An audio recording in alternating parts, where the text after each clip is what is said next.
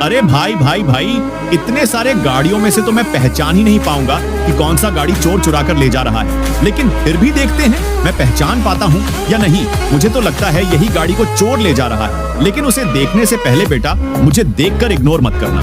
इस बार जो भी एग्जाम में पास होना चाहता है मैं पास कर दूंगी, मगर मेरा भी एक काम करना होगा। तुम्हें इस वीडियो को एक लाइक और चैनल को सब्सक्राइब करना होगा और 5 सच्चे मित्र को शेयर करना होगा। और मेरे बेटे जाते जाते कमेंट में सरस्वती मां लिख दो। ये तो सच में यही गाड़ी थी।